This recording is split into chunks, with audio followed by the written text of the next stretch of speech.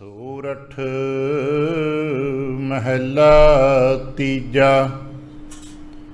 ਘਰ ਪਹਿਲਾ ਤਿਹੀ ਗੁਣੀ ਤਿਰ ਭਾਵਨ ਵਿਆਪਿਆ ਭਾਈ। ਗੁਰਮੁਖ ਬੂਝ ਬੁਝਾਏ ਰਾਮ ਨਾਮ ਲਗ ਛੁਟਿਐ ਭਾਈ। ਪੁੱਛਹੁ ਗਿਆਨੀਆਂ ਜਾਏ ਤਿਹੀ ਗੁਣੀ ਤਿਰ ਭਾਵਨ ਵਿਆਪਿਆ ਭਾਈ। ਗੁਰਮੁਖ ਬੂਝ ਬੁਝਾਏ ਰਾਮ ਨਾਮ ਲਗ ਛੁਟਿਐ ਭਾਈ।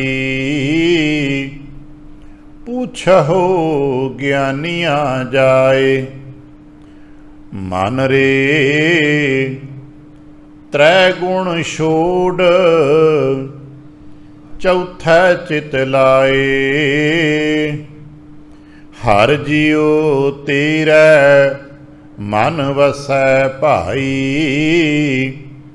ਸਦਾ ਹਰ ਕੇ ਗੁਣ ਗਾਏ ਰਹਾਉ। ਨਾਮੈ ਤੇ ਸਭ ਉਪਜੇ ਭਾਈ। ਨਾਏ ਵਿਸਰਿਐ ਮਰ ਜਾਏ। ਅਗਿਆਨੀ ਜਗਤ ਅੰਧ ਹੈ ਭਾਈ। ਸੂਤੇ ਗਏ ਮੁਹਾਏ। ਗੁਰਮੁਖ ਜਾਗੇ ਸੇ ਉਬਰੇ ਭਾਈ। ਭਵ ਜਲ ਪਾਰ ਉਤਾਰ। ਜਗ ਮਹਿ ਲਾਹਾ ਹਰਿ ਨਾਮ ਹੈ ਭਾਈ। ਹਿਰਦੈ ਰਖਿਆ ਉਰ ਧਾਰ। ਗੁਰ ਸ਼ਰਣਾਈ ਉਬਰੇ ਭਾਈ। ਰਾਮ ਨਾਮ ਲਿਵ ਲਾਏ। ਨਾਨਕ ਨਾਉ ਬੇੜਾ ਨਾਉ ਤੁਲਹੜਾ ਭਾਈ। ਜਿਤ ਲਗ ਪਾਰ ਜਨ ਪਾਏ। ਗੁਰ ਸ਼ਰਣਾਈ ਉਬਰੇ ਭਾਈ। ਰਾਮ ਨਾਮ ਲਿਵ ਲਾਏ। ਨਾਨਕ ਨਾਉ ਬੇੜਾ ਨਾਉ ਤੁਲਹੜਾ ਭਾਈ। ਜਿਤ ਲਗ ਪਾਰ ਜਨ ਪਾਏ। ਵਾਹਿਗੁਰੂ ਜੀ ਕਾ ਖਾਲਸਾ ਵਾਹਿਗੁਰੂ ਜੀ ਕੀ ਫਤਿਹ। ਸਤਿਗੁਰੂ ਪਾਤਸ਼ਾਹ ਸਾਹਿਬ ਜੀ ਦੇ ਪਾਵਨ ਦਰਬਾਰ ਦੀਆਂ ਹਾਜ਼ਰੀਆਂ ਪਰਤਿਆਂ ਗੁਰੂ ਪਾਤਸ਼ਾਹ ਸਾਹਿਬ ਜੀ ਦੇ ਆਪਣੇ ਹੀ ਨਿਜ ਪਾਵਨ ਸਰੂਪ ਸ਼ਬਦ ਨਾਲ ਚਿਤ ਲਾ ਕੇ ਜਦ ਸਾਵਧਾਨ ਤੇ ਇਕਾਗਰ ਚੀਤ ਹੋਏ ਜੁੜ ਮਿਲ ਬੈਠੇ ਹੋ। ਪਾਤਸ਼ਾਹ ਗੁਰਦੇਵ ਜੀ ਦੀਆਂ ਬੇਅੰਤ ਮਹਿਰਮਤਾਂ ਤੇ ਵਡਿਆਈਆਂ ਜੋ ਸਤ ਸੰਗਤ ਵਿੱਚ ਸਦਾ ਵਰਤਦੀਆਂ ਨੇ। ਆਪ ਉਹਨਾਂ ਦੇ ਸਾਂਝੀ ਤੇ ਧਾਰਨੀ ਹੋਇਓ। ਕਿਰਪਾਲਤਾ ਕਰਨਾ, ਆਪਣੇ ਨਿਰਮਲ ਹਿਰਦੇ ਚੋਂ ਅਰਦਾਸ ਕਰਨਾ ਜੋ ਗੁਰੂ ਪਾਤਸ਼ਾਹ ਸਾਹਿਬ ਜੀ ਰਹਿਮਤ ਕਰਨ। ਪਾਵਨ ਸ਼ਬਦ ਦੀ ਵਿਚਾਰ ਬੋਲਣ ਦਾ ਤਾਣ ਅਤੇ ਵਿਚਾਰ ਦਾ ਪ੍ਰਵਾਹ ਬਖਸ਼। ਇੱਕ ਵਾਰ ਆਸੀਸ ਦਿੰਦਿਆਂ ਅੰਮ੍ਰਿਤ ਦ੍ਰਿਸ਼ਟੀ ਪਾ ਕੇ ਜਪਣਾ ਜੀ ਸਤਨਾਮ ਸ਼੍ਰੀ ਵਾਹਿਗੁਰੂ। ਗਰੀਬ ਨਿਵਾਸ ਘਟ ਘਟ ਕੇ ਵਾਸੀ ਸ਼੍ਰੀ ਅਕਾਲ ਪੁਰਖ ਵਾਹਿਗੁਰੂ ਜੀ ਦਾ ਕੋਟਾਨ ਕੋਟ ਸ਼ੁਕਰਾਨਾ। ਜੋ ਸੱਚੇ ਪਾਤਸ਼ਾਹ ਸਾਹਿਬ ਜੀ ਨੇ ਕਿਰਪਾ ਕੀਤੀ ਹੈ, ਹੁਣ ਤੱਕ ਦਾ ਸਮਾਂ ਅੰਮ੍ਰਿਤ ਵੇਲੇ ਦੇ ਰੂਪ ਵਿੱਚ ਦਿੱਤੀ ਹੋਈ ਜਾਗ ਆਪਣੇ ਪਿਆਰ ਤੇ ਭਾਣੇ ਵਿੱਚ ਵਰਤਾਈ ਹੈ ਤੇ ਇਸ ਵਕਤ ਆਪਣੇ ਦਰਬਾਰ ਦੀ ਹਾਜ਼ਰੀ ਭਰਨ ਦਾ ਸੁਭਾਗ ਸਮਾਂ ਬਖਸ਼ੇ। ਹਰ ਰੋਜ਼ ਦੀ ਤਰ੍ਹਾਂ ਅੱਜ ਵੀ ਮਹਾਰਾਜ ਰਹਿਮਤ ਕੀਤੀ, ਸਾਨੂੰ ਨਿਰਮਲ ਵਿਚਾਰ ਬਖਸ਼ੇ ਜੋ ਸਾਡੇ ਵਾਸਤੇ ਅੱਜ ਦਾ ਆਦਰਸ਼ ਹੈ। ਆਸਾ ਮਨਸਾ ਬੰਧਨੀ ਭਾਈ, ਕਰਮ ਧਰਮ ਬੰਧਕਾਰੀ। ਇਹਨਾਂ ਆਸਾਵਾਂ ਤੇ ਮਨਸਾਵਾਂ ਦੇ ਚੱਕਰ 'ਚ ਉਲਝਿਆ ਹੋਇਆ ਵਿਅਕਤੀ ਪੁੰਨ ਤੇ ਪਾਪ ਕਰ ਬੈਂਦਾ ਹੈ, ਚੰਗੇ ਤੇ ਮੰਦੇ ਕਰਮ ਕਰ ਲੈਂਦਾ ਹੈ ਤੇ ਪਾਪ ਤੇ ਪੁੰਨ ਦੇ 'ਚ ਬੱਝਾ ਹੋਇਆ ਭਾਈ ਕੀ ਕਹਿੰਦੇ ਨੇ, ਜਗ ਜਾਇਆ, ਜਗਤ ਜਾਇਆ ਹੋ ਰਿਹਾ, ਸਮਾਂ ਜਾਇਆ ਹੋ ਰਿਹਾ। ਅਸਾਂ ਨੇ ਇਹੀ ਤੇ ਇੱਥੇ ਸਮਝਣਾ ਹੈ ਕਿ ਗੁਰੂ ਨਾਨਕ ਸਾਹਿਬ ਜੀ ਨੇ ਜੋ ਬਖਸ਼ਿਸ਼ ਦਿੱਤੀ ਹੈ ਉਹਦੇ ਵਿੱਚ ਐਸੀ ਕੋਈ ਵਿਸ਼ੇਸ਼ ਕਿਰਿਆਵਾਂ ਦਾ ਜ਼ਿਕਰ ਨਹੀਂ ਕਿ ਆਹ ਹੀ ਕਰੇਗਾ ਤੇ ਪੁੰਨ ਹੈ ਤੇ ਆਹ ਹੀ ਕਰੇਗਾ ਤੇ ਨਹੀਂ ਪੁੰਨ ਨਹੀਂ। ਸਾਨੂੰ ਇੱਕ ਚੀਜ਼ ਦਿੱਤੀ, ਕਿਰਤ ਕਰੋ। ਜੋ ਵੀ ਤੁਹਾਡੀ ਡਿਊਟੀਜ਼ ਨੇ, ਜੋ ਵੀ ਤੁਹਾਡੇ ਪਰਿਵਾਰਕ ਵਿਵਹਾਰਕ ਕਰਤੱਵ ਨੇ, ਬਸ ਆਪਣੇ ਕਰਤੱਵਾਂ ਨੂੰ ਆਪਣਾ ਤਾਣ ਲਾ ਕੇ ਕਰੋ। ਹਾਂ, ਆਪਣੇ ਕਰਤੱਵ ਨੂੰ ਪੂਰਾ ਕਰਦਿਆਂ ਕੰਮ ਚੋਰੀ ਮਤ ਕਰੋ, ਭਾਵੇਂ ਉਹ ਪਰਿਵਾਰਕ ਰੂਪ 'ਚ ਨੇ ਤੇ ਭਾਵੇਂ ਤੁਹਾਡੇ ਕਿਰਤਾਂ ਦੇ ਰੂਪ 'ਚ ਨੇ। ਕਈ ਵਾਰ ਕਿਸੇ ਨਾਲ ਸੱਜਣਾ ਮਿੱਤਰਾਂ ਨਾਲ ਵਿਵਹਾਰ ਹੈ ਤੁਹਾਡਾ, ਤੁਸੀਂ ਆਪਣੇ ਜਿਹਨੂੰ ਸਿੱਖ ਕਰਕੇ ਪਰਿਵਾਰ, ਸੰਸਾਰ, ਵਿਵਹਾਰ, ਕਿਰਦਾਰ, ਕਈ ਕੁਝ ਸ਼ਬਦ ਇਹੋ ਜਿਹੇ ਬਣਾਉਂਦੇ ਆ ਜੋ ਕੁੱਲ ਮਿਲਾ ਕੇ ਤੁਸੀਂ ਹੋ। ਬਸ ਤੁਸੀਂ ਕੰਮ ਚੋਰ ਨਹੀਂ ਹੋਣਾ, ਕਿਰਤੀ ਹੋਣਾ, ਕਿਉਂਕਿ ਉਹ ਕਰਤਾ ਹੈ, ਉਹ ਕਰਤਾ ਹੈ ਤੇ ਕਰਤੇ ਦਾ ਮਤਲਬ ਇਹ ਤੇ ਜੋ ਕਿਰਤ ਕਰਦਾ ਹੈ ਨਾ, ਜੋ ਕੁਛ ਬਣਾ ਰਿਹਾ ਹੈ ਤੇ ਅਸਾਂ ਵੀ ਕੁਛ ਕਰਨਾ ਹੈ। ਜੋ ਕੁਛ ਵੀ ਕਰਨਾ ਹੈ ਪ੍ਰੇਮ ਨਾਲ ਕਰਨਾ ਹੈ, ਮਜਬੂਰੀ 'ਚ ਨਹੀਂ ਕਰਨਾ। ਅਸੀਂ ਬਹੁਤ ਸਾਰੇ ਘਰ ਪਰਿਵਾਰ ਦੇ ਕੰਮ ਮਜਬੂਰੀ 'ਚ ਕਰਨੇ, ਕੀ ਕਰੀਏ, ਕਰਨਾ ਪੈਂਦਾ ਹੈ। ਅਸੀਂ ਇੱਥੇ ਖੜ੍ਹੇ ਹਾਂ ਨਾ, ਘਰ ਦੇ ਕੰਮ ਕਰਨੇ ਪੈਂਦੇ, ਕੀ ਕਰੀਏ, ਕਰਨੇ ਪੈਂਦੇ ਨੇ। ਅੱਜ ਬਹੁਤ ਸਾਰੇ ਜੀਆਂ ਨੂੰ ਪੁੱਛੀਏ ਜੌਬ 'ਤੇ ਜਾਣਾ, ਕੀ ਕਰੀਏ, ਜਾਣਾ ਪੈਂਦਾ ਹੈ। ਨਾ ਭਾਈ ਖੁਸ਼ੀ ਨਾ ਜਾਈਏ, ਕਿਉਂਕਿ ਸਾਡੀ ਕਿਰਤ ਹੈ, ਸਾਨੂੰ ਕਰਤੇ ਨੇ ਬਖਸ਼ਿਸ਼ ਕੀਤੀ ਹੈ। ਹਾਂ, ਅਗਰ ਤੁਸੀਂ ਸਮਰੱਥ ਹੋ ਤੇ ਬਦਲ ਲਓ ਭਾਈ, ਕਿਰਤ ਦੇ ਕੁਝ ਅੰਸ਼, ਕੁਝ ਪੱਖ ਬਦਲੇ ਜਾ ਸਕਦੇ ਨੇ। ਤੁਸੀਂ ਜਿਤਨਾ ਕੁ ਬਦਲ ਸਕਦੇ ਬਦਲ ਲਓ। ਅਗਰ ਤੁਹਾਨੂੰ ਕੋਈ ਇੱਕ ਚੀਜ਼ ਇੱਕ ਵਕਤ ਐਸੀ ਪਸੰਦ ਨਹੀਂ ਹੈ ਔਰ ਤੁਹਾਨੂੰ ਕੁਦਰਤ ਨੇ ਬਦਲਣ ਦਾ ਮੌਕਾ ਦਿੱਤਾ ਹੈ ਤੇ ਬਦਲ ਸਕਦੇ, ਬਦਲ ਲਓ ਭਾਈ। ਪਰ ਬਦਲ ਕੇ ਕੀ ਕੰਮ ਮੁੱਕ ਜਾਏਗਾ? ਨਹੀਂ, ਕੰਮ ਤੇ ਫਿਰ ਵੀ ਕਰਨਾ ਪਏਗਾ ਨਾ,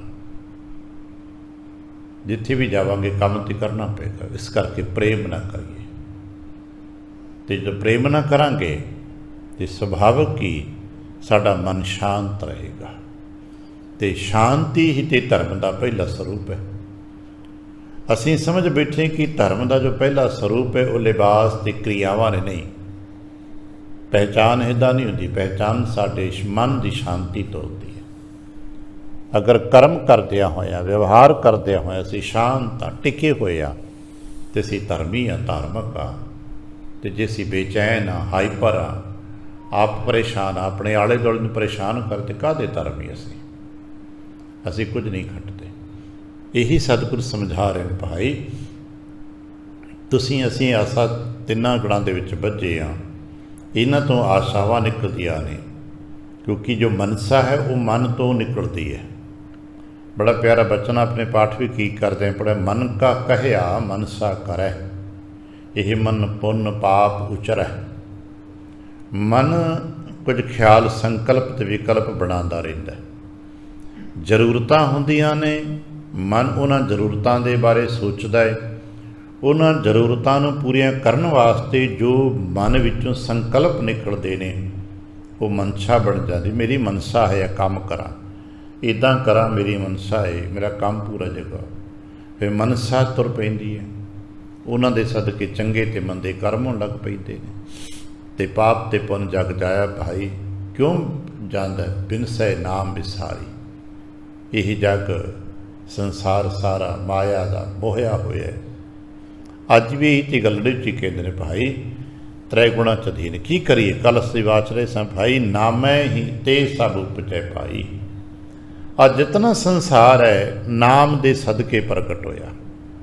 ਇਸ ਨੂੰ ਹੋਰ ਸਮਝਣਾ ਹੋਵੇ, ਜਿਵੇਂ ਜਿਤਨੀ ਬਨਸਪਤੀ ਹੈ ਇਹ ਸਾਰੇ ਪਾਣੀ ਕਰਕੇ ਪ੍ਰਗਟ ਹੁੰਦੀ ਨਾ। ਜੇ ਪਾਣੀ ਦਾ ਕੁਛ ਅੰਸ਼ ਮਿਲਦਾ ਹੈ ਤੇ ਬਨਸਪਤੀ ਪ੍ਰਗਟ ਹੁੰਦੀ ਹੈ, ਤੇ ਜੇ ਪਾਣੀ ਵਿੱਚੋਂ ਸੁੱਕਣਾ ਸ਼ੁਰੂ ਹੋ ਜਾਏ ਤੇ ਬਨਸਪਤੀ ਮਰ ਜਾਂਦੀ ਹੈ।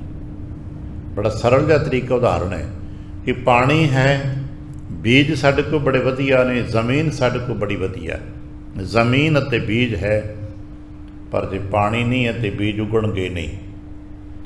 ਅੱਜ ਸਾਡੇ ਵਿਗਿਆਨੀ ਦੂਰ ਦੁਰਾਡੇ ਦੂਜੇ ਗ੍ਰਹਾਂ 'ਤੇ ਉਤਰੇ ਫਿਰਦੇ ਨੇ। ਕੋਈ ਚੰਦ ਦੀ ਗੱਲਾਂ ਕਰਦਾ, ਕੋਈ ਮੰਗਲ ਦੀਆਂ ਗੱਲਾਂ ਕਰਦਾ। ਧਰਤੀ ਤਾਂ ਉੱਥੇ ਵੀ ਹੈਗੀ ਹੈ, ਪਰ ਕੀ ਤਲਾਸ਼ ਤੇ ਕੀ ਪਾਣੀ ਹੈਗਾ। ਬਸ ਤਲਾਸ਼ ਉੱਥੇ ਕਰਦੇ ਨੇ ਕੀ ਪਾਣੀ ਹੈਗਾ, ਕਿਉਂਕਿ ਜੇ ਉੱਥੇ ਕਿਤੇ ਪਾਣੀ ਦੀ ਸੰਭਾਵਨਾ ਕਿਤੇ ਕੋਈ ਮਿਲ ਗਈ ਤੇ ਉੱਥੇ ਜੀਵਨ ਦੀ ਗੱਲ ਵੀ ਤੁਰ ਪਏਗੀ। ਤੇ ਜੇ ਪਾਣੀ ਦੀ ਸੰਭਾਵਨਾ ਉੱਥੇ ਨਾ ਬਣੀ ਤੇ ਧਰਤੀ ਦੇ ਟੁਕੜਾ ਵਾਂਗੂ ਖੁਸ਼ਕ ਜ਼ਮੀਨ 'ਤੇ ਮਿਲ ਜਾਏਗੀ, ਪਰ ਉੱਥੇ ਜੀਵਨ ਦੀ ਸੰਭਾਵਨਾ ਨਹੀਂ ਬਣੇਗੀ। ਆ ਮਾਰੂਥਲਾਂ ਦੇ ਵਿੱਚ ਜਿੱਥੇ ਪਾਣੀ ਨਹੀਂ ਹੁੰਦਾ, ਪਠਾਰਾਂ ਦੇ ਵਿੱਚ ਪਾਣੀ ਘੱਟ ਹੁੰਦਾ ਹੈ, ਉੱਥੇ ਜੀਵਨ ਦੀ ਸੰਭਾਵਨਾ ਮੁੱਕ ਜਾਂਦੀ ਹੈ। ਅੱਜ ਹੁਣ ਰੇਗਿਸਤਾਨ ਆਪਾਂ ਕਹਿੰਦੇ, ਮਾਰੂਥਲ ਕਹਿੰਦੇ ਆ, ਉੱਥੇ ਪਾਣੀ ਨਹੀਂ ਹੈ ਤੇ ਮੀਲਾਂ ਤੱਕ ਉੱਥੇ ਜੀਵਨ ਨਹੀਂ ਹੁੰਦਾ, ਬਨਸਪਤੀ ਨਹੀਂ ਹੁੰਦੀ। ਇਸੇ ਤਰ੍ਹਾਂ ਜੇ ਪਾਣੀ ਤੋਂ ਬਿਨਾਂ ਬਨਸਪਤੀ ਨਹੀਂ ਹੈ, ਜੀਵਨ ਨਹੀਂ, ਤੇ ਚੇਤਾ ਰੱਖਣਾ ਨਾਮ ਤੋਂ ਬਿਨਾਂ ਵੀ ਬਨਸਪਤੀ ਜੀਵਨ ਨਹੀਂ ਹੈ।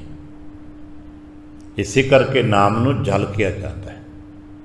ਜਿਵੇਂ ਜਲ ਬਨਸਪਤੀ ਦਾ ਤੇ ਜੀਵਨ ਦਾ ਜਲ ਹੈ। ਜੇ ਜਲ ਮੁੱਕ ਜਾਏ ਹੌਲੀ ਹੌਲੀ, ਅਸੀਂ ਵੇਖਿਆ ਜਿਵੇਂ ਹੁਣ ਗਰਮੀਆਂ ਵਧਣ ਰਹੀਆਂ ਨੇ, ਆਉਣ ਵਾਲੇ 90 ਕੁ ਦਿਨਾਂ ਦੇ ਵਿੱਚ ਬਹੁਤ ਸਾਰੇ ਤਲਾਵਾਂ ਦਾ ਪਾਣੀ ਆਪਣੇ ਆਪ ਹੀ ਸੁੱਕ ਜਾਣਾ, ਘਟ ਜਾਣਾ, ਉੱਡ ਜਾਣਾ। ਅਤੇ ਨਤੀਜਾ ਕੀ ਨਿਕਲਣਾ ਹੈ? ਉਹਨਾਂ ਛੱਪੜਾਂ, ਟੋਭਿਆਂ, ਤਲਾਵਾਂ ਦੇ ਵਿੱਚ ਨਿੱਕੇ ਨਿੱਕੇ ਜੀਅ ਜੰਤ, ਉਹਨਾਂ ਦੇ ਬਾਰੇ ਫਿਰ ਕੁਛ ਕਹਿਣ ਦੀ ਬਾਕੀ ਸਾਡੇ ਕੁਝ ਨਹੀਂ ਹੋਣਾ। ਵਿਚਾਰੇ ਤੜਪ ਕੇ ਮਰ ਜਾਣੇ ਨੇ, ਕਿਉਂਕਿ ਪਾਣੀ ਮੁੱਕ ਗਿਆ, ਪਾਣੀ ਸੁੱਕ ਗਿਆ ਤੇ ਜੀ ਮਰ ਜਾਣੇ ਨੇ। ਬਸ ਉਹੀ ਹੈ, ਨਾਏ ਵਿਸਰਿਆ ਮਰ ਜਾਏ। ਉਹ ਉਸ ਤਰ੍ਹਾਂ ਭੁੱਲ ਮੁੱਕ ਗਿਆ, ਉਹਨਾਂ ਦੀ ਮਜਬੂਰੀ ਹੈ ਕਿ ਪਾਣੀ ਸੁੱਕ ਗਿਆ।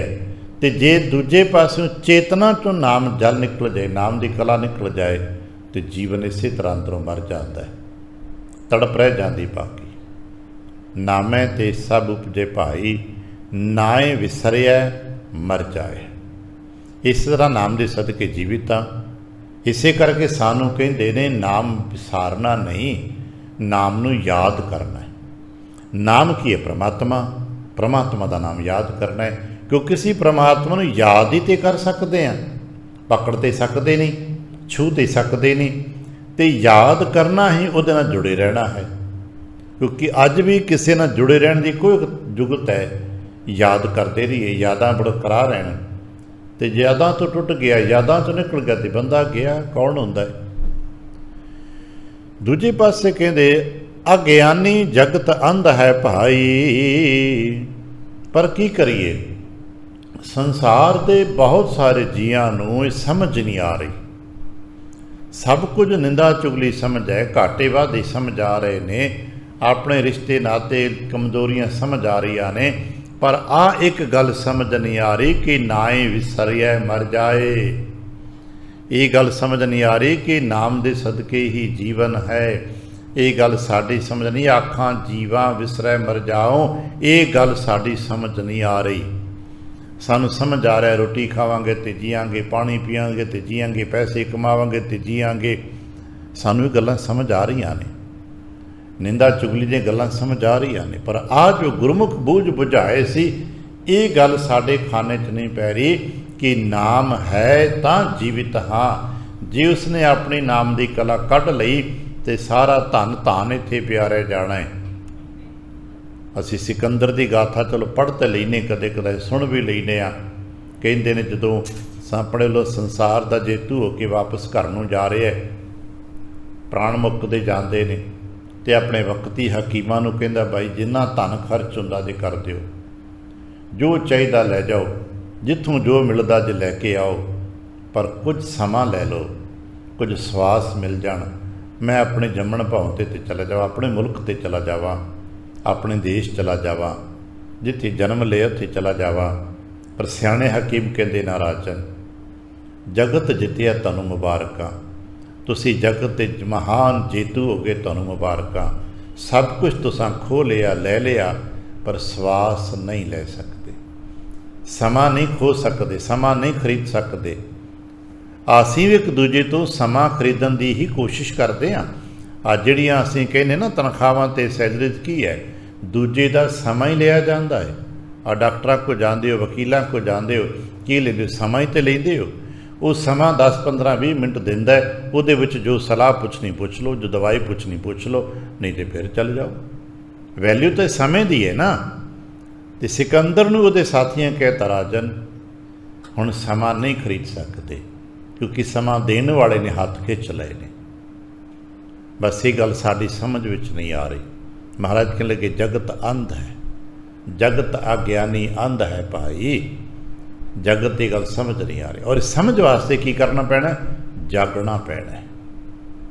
इस समझ नूं प्राप्त करने वास्ते जागना पैना है। जिन्हों गुरु पातशाह बार बार कहते हैं जागो जागो सुत्यो, तुसी चेतना पक्ष करके सुते पे हो, जाग जाओ। तो अज की कहते सूते गए मुहाए, ये मनुख जागे नहीं, सुत्या सुत्या मुहाए कहते हैं, ठगे गए, सब कुछ मुक गया, लुटे गए। जिवें कदे कदे पुराने वक्तां तो 10-20-30 साल पहला जो लोग प्लेटफार्मां ते जाके ट्रेनां दे इंतजार विच बह जाते, क्योंकि हुण तो बहुत कुछ ऐसा जो मनुख के अपने हथ वस विच है। उदों गड्डियां घट होणीआं, लोकां घरों सामान बन के स्टेशनां ते बह जाना, गड्डी आएगी तो चलांगे, दूजे स्टेशन बदलना पएगा। तो कई बार उत्थे नींद आ जानी, सौ जाना, तो उत्थे ठग भी फिरदे, चोर भी फिरदे। पता लगा मुसाफिर सौ गया, अगला गड्डी चुक के ले गया, और जब अख खुली तो पल्ले कुछ भी नहीं, गड्डी तो कोई ले गया।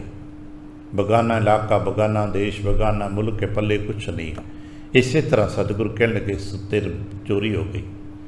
असीं इस मातलोक ते आए जे वड्डे पद्धर ते आपां समझ सकीए। मातलोक ते आए हैं तो जाण वास्ते आए हैं, इत्थों आपां जागे ही नहीं। जो सामान जो कुछ मिलिया सी सुते पिया चोरी हो गया, साडे पल्ले की बचेगा? हुण चोरी की हो रहा है? आ जो पंच विकार ने दसे जांदे ने, साडे अंदर दे गुणां नूं चुरांदे ने। पावन बाणी च कई थां जिक्र किया गया है कि पंच चोर चिड़ गए ने, पंच विकार ने, चोर ने। ते मनुख दे अंदर जितना भी थोड़ा बहुता शुभ गुणां दा संचन हुंदा है, ये पंच चोर चुरा लेंदे ने, ते मनुख दे पल्ले कुछ नहीं। हुण ये कदों चुरांदे ने? जदों मनुख चेतना करके नींद विचों जागदा नहीं है, विषय विकारां च गलतान रहिंदा है। गुरु कहंदे ने जाग लेहो रे मना जाग लेहो, कहाँ गाफल सोया। तो गाफल होके आलसी होके सुता पियो पिया, पर असीं उस नींद नूं ते उस जाग नूं नहीं समझ पाए। असीं सवेरे उठना ते रातीं सौना ही समझे आ कि यही जागना ते सोना ना भाई। ये जागना सोना शरीरिक क्रिया का एक अंग है, पर जिहड़ा असां जागना है चेतना करके जागना है।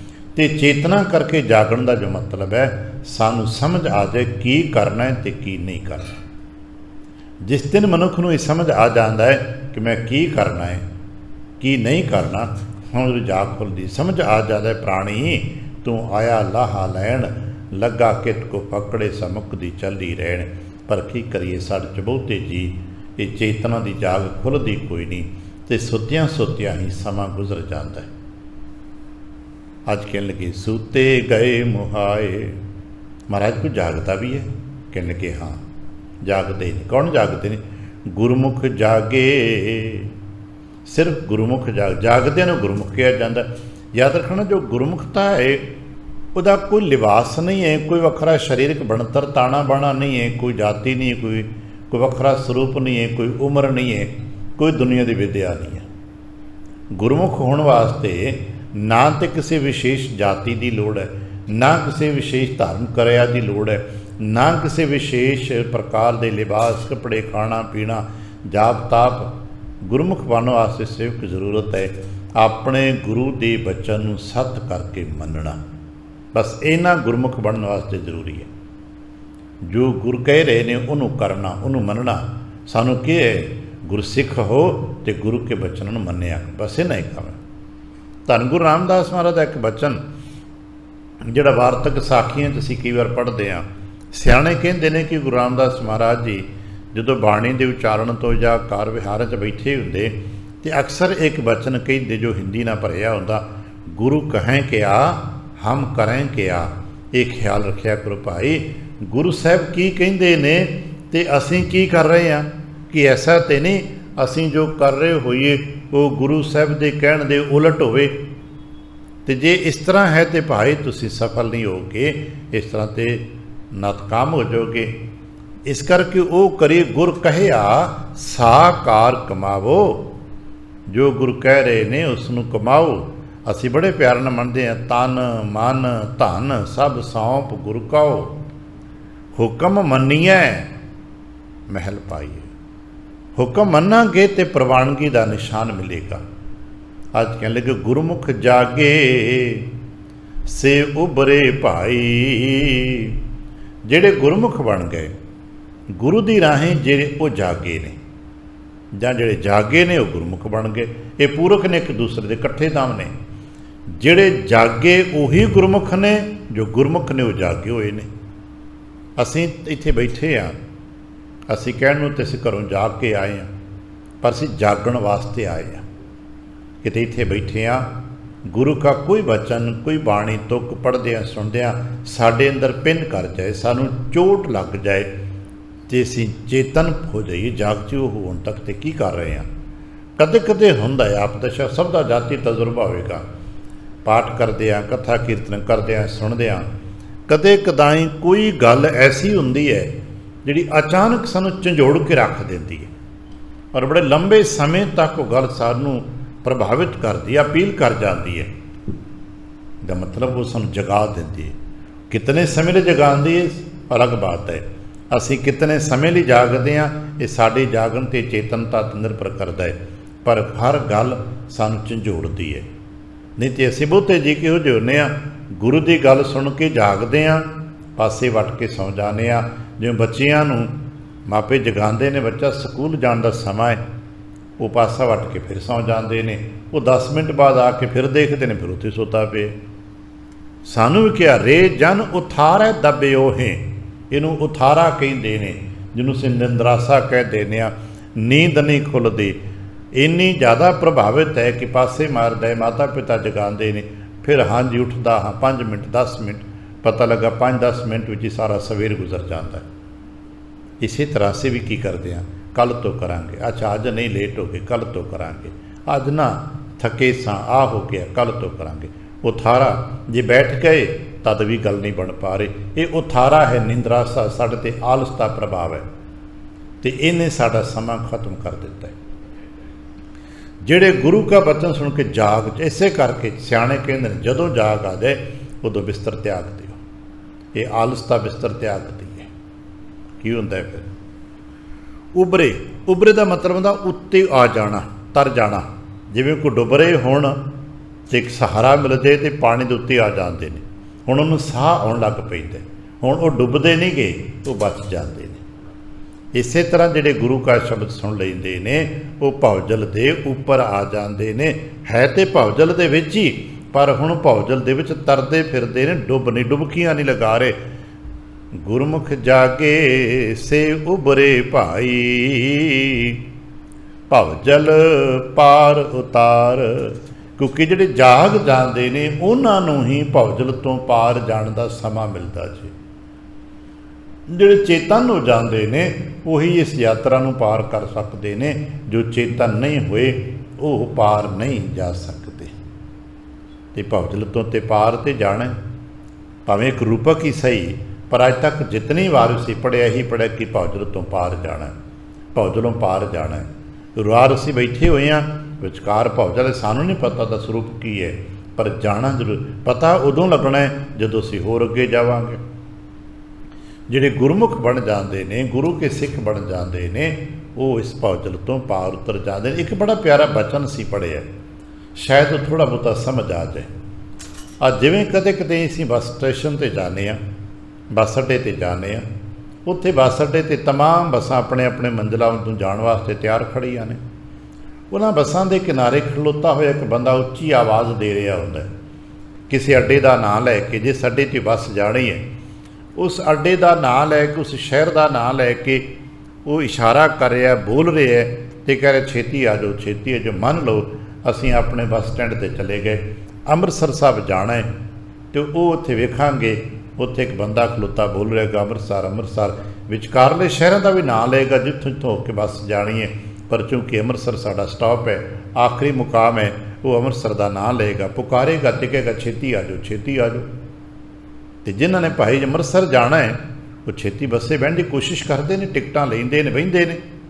इस तरह इस अध्यात्मक मंडल के टिकाणे ते भी इत्थे देखांगे, इत्थे भी आवाज़ दी जा रही है, पत्तन कूकै पातनी।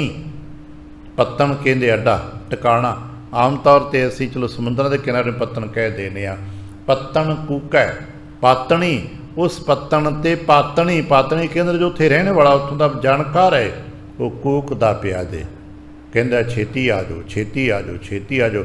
आ गुरमुख जन भगत जन संत जन की कहते हैं भाई गुरमुख गुरसिख बन जाओ, गुरु की बाणी पढ़ जाओ, सत्संगत च बह जाओ, नाम ना जुड़ जाओ।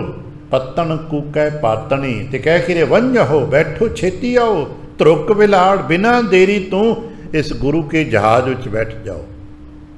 जहाज च बैठना की मिलेगा, कहने कि पार पवंदड़े डिठ मैं देखे है जेड़े जेड़े जी गुरु के जहाज विच आके बैठ गए, पार जाते मैं देखे ने। पार पवंदड़े डिठ मैं सतगुर बेड़े चाड़, सतगुरु अपने बेड़े ते चढ़ चढ़ के पता नहीं कितने को पार उतार रहे हैं। तो भाई जिहड़ा गुरु के जहाज बैठ जाएगा वही पार उतर जाएगा।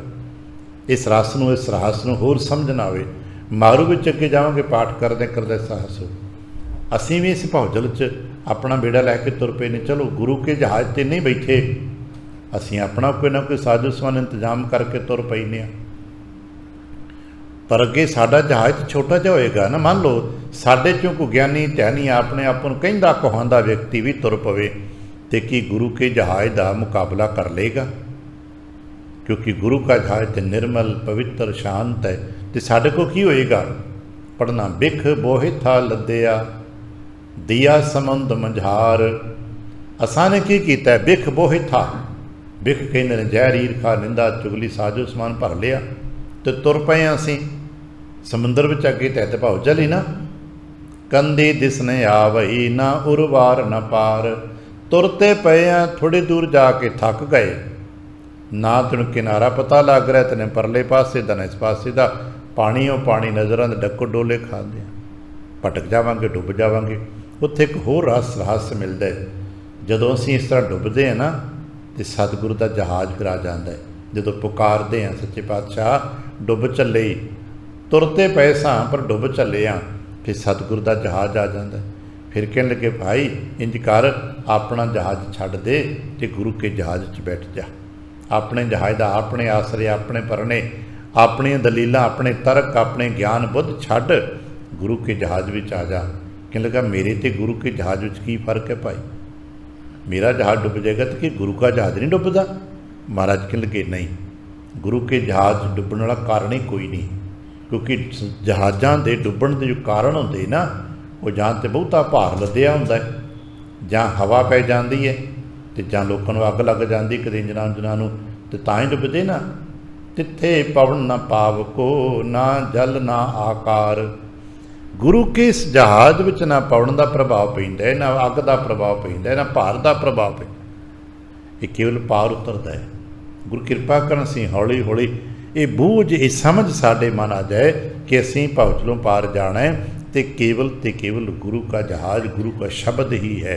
इसे करके गुरु के शब्द नूं जहाज किया जाता है। कहन लगे भवजल पार उतार किदां जाई? कहन जग मैं लाहा हरे नाम है भाई। जगत विच अगर कुछ प्राप्त करन योग चीज़ है तो वाहिगुरु जी का नाम है। लाहा लाहा कहते लाभ सानू दसिया गया है, प्राणी तू आयो लाहा लैन। संसार विच हर एक व्यक्ति अपने अपने पद्धर ते लाहा यानी कि लाभ प्राप्त करने लई यतनशील है। भावें विद्यार्थी है तो भावें किरती है तो भावें किसी किसी मंडल में भी विचरदा है, वो लाभ प्राप्त करने वास्ते ही कर्म कर रहे। असीं भी अध्यात्म के मंडलों बैठे हाँ, असीं भी तो लाभ प्राप्त करने बैठे ना, भी थोड़े जी होर समझ आ जाएगी, थोड़ा जा होर जप लाँगे, थोड़ी होर बाणी पढ़ लाँगे, कुछ समझ आ जाएगी, कुछ लाभ मिलेगा, कुछ खट लवांगे। तो महाराज कहने लगे सब तो वड्डी खट्टी परमेश्वर जी के नाम की है, इच करते रहो। जग मह लाहा हर नाम है भाई। वो गुरमुख जिहड़े जागे ने ना, उन्होंने इत्थे आके मातलोक ते वाहिगुरु जी के नाम का लाहा प्राप्त किया है।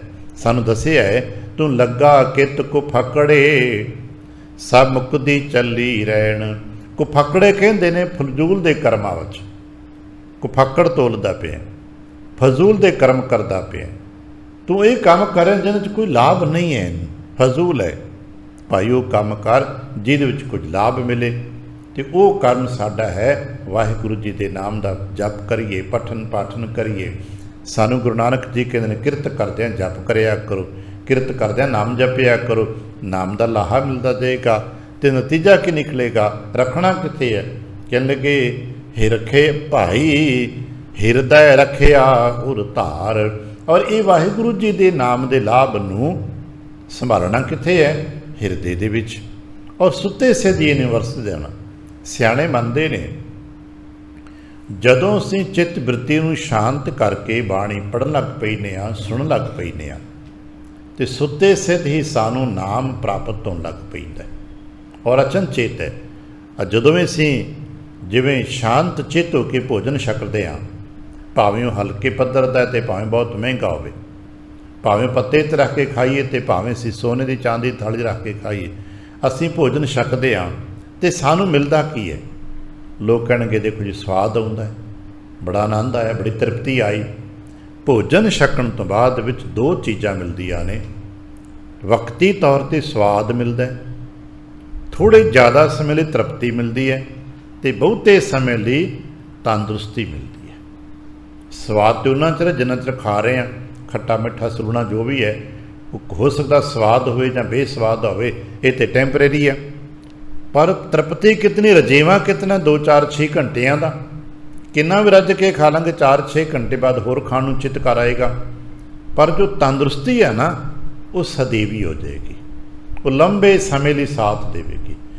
स्वाद थोड़े समय लिए साथ देगा, शरीरक रजेवा बहुत थोड़े वडेरे समय लिए साथ देगा, पर जो चो रस मिले ना, जो चो तृप्ति के नाल तंदुरुस्ती मिलनी है, उन्हें लमेरे समय लिए साथ देना है, वो शरीर लमेरे समय लिए रहनी है। शायद इसे करके जिहड़े भोजन विग्यान पढ़ते सुनते जानते हैं कि साडे शरीर में भोजन विग्यान का सिलसिला ये 40 दिनों का सर्कल बनया रहिंदा है। हौली हौली हौली हौली हौली हौली ये अपना काम अंदर करता रहिंदा है। असीं तो 2 मिनट का स्वाद लैके हट जाने, बेस्वाद है जी नहीं खाने, पर जे खांदे रहिए तो लंबे समय तक तंदुरुस्त रहांगे। इसे तरह बाणी पढ़ते हैं, किसी को रस आउंदा, किसी नहीं आउंदा, कोई गल नहीं भाई, किसी को स्वाद आ रहा, किसी नहीं आ रहा। पर जदों स्वाद आउण लग पैंदा तो तृप्ति भी आउण लग पैंदी है। इसे करके जी रोज़ाना बैठते हैं, पढ़ते सुनते हैं, पर अल्टीमेट च मिलता है नाम। वो अपने आप संजरदा जाता है। बस असां ने शांत चित होकर बाणी नूं पढ़ते जाना है। तो सियाणे कहते हैं पढ़न तो वध सुनिया करो, पढ़न तो ही वध सुनिया करो, क्योंकि पढ़ लग्या तो फिर भी ध्यान इधर उधर भटक जाएगा। सुनन वास्ते ध्यान फोकस पूरा करना पैंदा है। तो जदों असीं सुन लग पैंदे आ, सुते सिद्ध ही नाम साडे हिरदे च टिकन लग पैंदा है। एवें नहीं गुरु नानक बाबा जी ने सुनिया है सिद्ध पीर सुरनाथ, एवें नहीं कहिंदे। सुन सुन के सारी विद्या सुन सुन के तो आउंदी है। आ लिखती विद्या तो कुछ समय तो है सियाणे मनदे ने, जदों लिखण कला साडे कोल नहीं सी, उस तो पहले बोलण कला ही सी ना। विद्वान बोलते, विद्यार्थी सुनते, बस सुन सुन के चलते, सुन सुन के ही असी के निकल जी। जिन्नी सुन के फिर अगे होर है ना, मन्निया, सुन लिया, सुनिया, मनिया, मन कीता भाव। अज कहने लगे असी इसनूं प्राप्त करना है, वाहिगुरु जी के नाम नूं हिरदे च वसा के रखना। गुरमुख जन जागते ने, चेतन होंदे ने, ਤੇ ਚੇਤਨ ਹੋ ਕੇ ਵਾਹਿਗੁਰੂ ਜੀ ਦੇ ਨਾਮ ਨੂੰ ਆਪਣੇ ਹਿਰਦੇ 'ਚ ਵਸਾ ਲੈਂਦੇ ਨੇ। ਮਹਾਰਾਜ ਕੀ ਕਰੀਏ ਫਿਰ? ਪਾਤਸ਼ਾਹ ਕਹਿਣ ਲੱਗੇ, ਗੁਰ ਸ਼ਰਨ ਆਈ ਉਬਰੇ ਪਹਾਈ।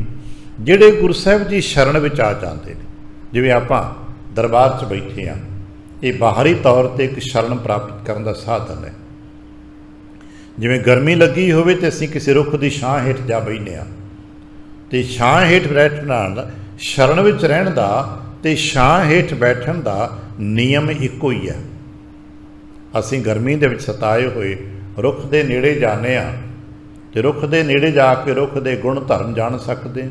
ਇਹ ਰੁੱਖ ਕਿਸ ਕਿਸਮ ਦਾ ਹੈ ਜੀ, ਇਹਦਾ ਸੰਸਾਰੀ ਤੌਰ 'ਤੇ ਨਾਮ ਕੀ ਹੈ, ਇਹਦੇ ਫਲਾਂ ਦਾ ਸਵਾਦ ਕੀ ਹੈ, ਇਹਦੇ ਫੁੱਲਾਂ ਦਾ ਰੰਗ ਕੀ ਹੈ, ਇਹ ਦੁਨੀਆ ਭਰ ਦੀ ਜਾਣਕਾਰੀ ਅਸੀਂ ਰੁੱਖ ਦੇ ਕੋਲ ਖਲੋ ਕੇ ਜਾਣ ਸਕਦੇ ਹਾਂ। ਸੰਭਵਤਾ ਅਸੀਂ ਫੁੱਲ ਪੱਤੇ ਗਿਣਤੀ ਵੀ ਕਰ ਲਈਏ, ਪਰ ਛਾਂ ਪ੍ਰਾਪਤ ਕਰਨ ਵਾਸਤੇ ਕਦਮ ਹੋਰ ਅੱਗੇ ਜਾਣਾ ਪੈਂਦਾ। ਉਹ ਦਾਇਰਾ ਕੁਦਰਤੀ ਬਣਿਆ ਹੁੰਦਾ ਹੈ, ਜਿਹਨੂੰ ਆਪਾਂ ਕਹਿੰਦੇ ਛਾਂ ਦਾ ਇੱਕ ਕੁਦਰਤੀ ਦਾਇਰਾ ਹੁੰਦਾ ਹੈ। ਉਹ ਸੂਰਜ ਦੇ ਮੁਤਾਬਕ ਹੈ, ਉਹ ਰੁੱਖ ਦੇ ਮੁਤਾਬਕ ਨਹੀਂ ਗਾ। ਉਹ ਛਾਂ ਦਾ ਦਾਇਰਾ ਸੂਰਜ ਦੇ ਮੁਤਾਬਕ ਹੈ। ਅਗਰ ਸੂਰਜ ਚੜ੍ਹਦੇ ਪਾਸੇ ਤੇ ਛਾਂ ਲੈਂਦੇ ਪਾਸੇ, ਜੇ ਸੂਰਜ ਲੈਂਦੇ ਪਾਸੇ ਛਾਂ ਚੜ੍ਹਦੇ ਪਾਸੇ, ਉਹ ਸੂਰਜ ਦੇ ਮੁਤਾਬਕ ਹੈ। ਤੇ ਜੇ ਅਸੀਂ ਸੂਰਜ ਦੀ ਗਰਮੀ ਤੋਂ ਬਚਣਾ ਹੈ ਤੇ ਸਾਨੂੰ ਉਸ ਛਾਂ ਦੇ ਦਾਇਰੇ ਦੇ ਵਿੱਚ ਰਹਿਣਾ ਪਏਗਾ। ਹੋ ਸਕਦਾ ਅਸੀਂ ਮੁੱਢ ਤੋਂ 2 ਕਦਮ ਦੂਰ ਹੋ ਕੇ ਬੈਠੇ ਹੋਈਏ, ਪਰ ਛਾਂ ਵਿੱਚ ਬੈਠੇ ਹੋਈਏ, ਕਿਉਂਕਿ ਕਈ ਵਾਰ ਮੁੱਢ 'ਤੇ ਵੀ ਧੁੱਪ ਪੈ ਰਹੀ ਹੁੰਦੀ ਹੈ ਤੇ ਛਾਂ ਹਟ ਵੀ ਹੋ ਜਾਂਦੀ ਹੈ। ਅਸੀਂ ਛਾਂ ਵਿੱਚ ਰਹਿਣਾ ਤੇ ਉਸ ਦਾਇਰੇ ਦੇ ਅੰਦਰ ਰਹਿਣਾ, ਤਦ ਛਾਂ ਮਿਲਦੀ ਰਹੇਗੀ। ਜਿੰਨਾ ਚਿਰ ਉਸ ਦਾਇਰੇ ਦੇ ਅੰਦਰ ਹੀ ਜਾਵਾਂਗੇ ਸਾਨੂੰ ਛਾਂ ਮਿਲਦੀ ਰਹੇਗੀ। ਜਿਉਂ-ਜਿਉਂ ਦਾਇਰਾ ਬਦਲੇਗਾ ਸਾਨੂੰ ਜਗ੍ਹਾ ਬਦਲਣੀ ਪਏਗੀ ਛਾਂ ਪ੍ਰਾਪਤ ਕਰਨ ਵਾਸਤੇ। ਹਾਂ, ਗੁਰੂ ਨਾਨਕ ਨੇ ਜਿਨ੍ਹਾਂ ਵਾਸਤੇ ਛਾਂ ਨਹੀਂ ਬਦਲਦੀ, ਇਹ ਕੁਦਰਤ ਨਹੀਂ ਬਦਲਦੀ, ਜਿਨ੍ਹਾਂ ਵਾਸਤੇ ਕੁਦਰਤ ਆਪਣਾ ਸੁਭਾਅ ਬਦਲ ਸਕਦੀ ਗੁਰੂ ਨਾਨਕ ਨੇ, ਪਰ ਸਾਡੇ ਵਾਸਤੇ ਨਹੀਂ ਬਦਲੇਗੀ। ਸਾਨੂੰ ਕੁਦਰਤ ਦੇ ਮੁਤਾਬਕ ਰਹਿਣਾ ਪਏਗਾ। ਇਹ ਛਾਂ ਦਾ ਇੱਕ ਨਿਯਮ ਹੈ। ਇਸੇ ਤਰ੍ਹਾਂ ਸ਼ਰਨ ਦਾ ਵੀ ਇੱਕ ਨਿਯਮ ਜੇ। ਸ਼ਰਨ ਵਿੱਚ ਆਉਣ ਤੋਂ ਬਾਅਦ ਵਿੱਚ ਆਪਣੀ ਮਰਜ਼ੀ ਨਹੀਂ ਚੱਲਦੀ। ਸ਼ਰਨ ਪ੍ਰਾਪਤ ਕਰਨ 'ਤੇ ਇਹ ਦੱਸਣਾ ਪੈਂਦਾ, ਕਹਿਣਾ ਪੈਂਦਾ, ਮੈਂ ਤੁਹਾਡੇ ਮੁਤਾਬਕ ਰਹਾਂਗਾ। ਅੱਜ ਵੀ ਵਿਦੇਸ਼ਾਂ ਵਿੱਚ ਅਸੀਂ ਲੋਕਾਂ ਨੂੰ ਦੇਖਿਆ ਜੋ ਦੂਸਰੇ ਦੇਸ਼ਾਂ ਮੁਲਕਾਂ ਜਾ ਕੇ ਰਾਜਨੀਤਿਕ ਸ਼ਰਨ ਲੈਂਦੇ ਨਾ, ਤੇ ਲਿਖ ਕੇ ਦੇਣਾ ਪੈਂਦਾ, ਦੇਖੋ ਜੀ ਤੁਹਾਡੇ ਕਾਨੂੰਨ ਮੁਤਾਬਕ ਰਹਾਂਗੇ। ਸਾਡੇ ਦੇਸ਼ ਕੀ ਕਾਨੂੰਨ ਹੈ ਕੋਈ ਮਤਲਬ ਨਹੀਂ, ਸਾਡਾ ਅਹੁਦਾ ਕੀ ਕੋਈ ਮਤਲਬ ਨਹੀਂ। ਹੁਣ ਮੇਰਾ ਇੱਥੇ ਕੋਈ ਅਹੁਦਾ ਨਹੀਂ ਗਾ, ਮੇਰੀ ਇੱਥੇ ਕੋਈ ਵਿਦਿਆ, ਮੇਰੀ ਕੋਈ ਜਾਣਕਾਰੀ, ਮੇਰਾ ਕੋਈ ਨਹੀਂ ਜੇ। ਮੈਂ ਤੁਹਾਡੇ ਕਾਨੂੰਨ ਮੁਤਾਬਕ ਰਹਾਂਗਾ। ਮੈਂ ਲਿਖ ਕੇ ਦਿੰਦਾ, ਸੰਕਲਪ ਲੈਣਾ, ਜ਼ਮਾਨਤ ਦੇਣਾ, ਤੇ ਜੇ ਮੈਂ ਤੁਹਾਡੇ ਕਾਨੂੰਨ ਦੀ ਉਲੰਘਣਾ ਕਰਾਂ ਤੇ ਤੁਸੀਂ ਮੈਨੂੰ ਆਪਣੀ ਸ਼ਰਨ 'ਚੋਂ ਕੱਢ ਸਕਦੇ ਹੋ। ਇਹ ਲਿਖ ਕੇ ਦੇਣਾ ਪੈਂਦਾ, ਤਦ ਜਾ ਕੇ ਕਿਤੇ ਇਹ ਸ਼ਰਨ ਮਿਲਦੀ ਹੈ।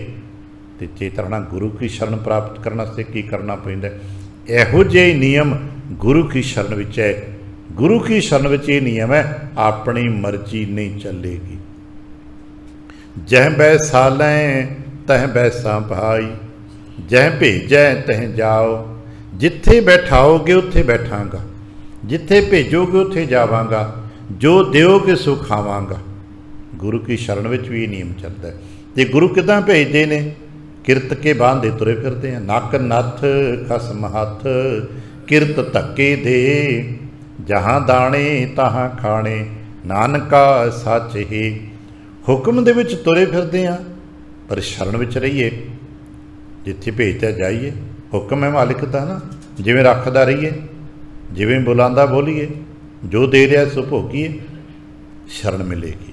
ਤੇ ਇੱਕ ਦੂਜੀ ਫਿਰ ਅਗਲੀ ਗੱਲ ਹੈ, ਜਿਹੜੇ ਸ਼ਰਨ 'ਚ ਟਿਕ ਜਾਂਦੇ ਨੇ ਉਹਨਾਂ ਨੂੰ ਫਿਰ ਸਮਾਂ ਪਾ ਕੇ ਆਪਣੇ ਗਲਵੱਕੜੀ 'ਚ ਲੈ ਲੈਂਦਾ, ਕਿਉਂਕਿ ਪਰਖਣਾ ਕੁਦਰਤੀ ਹੈ।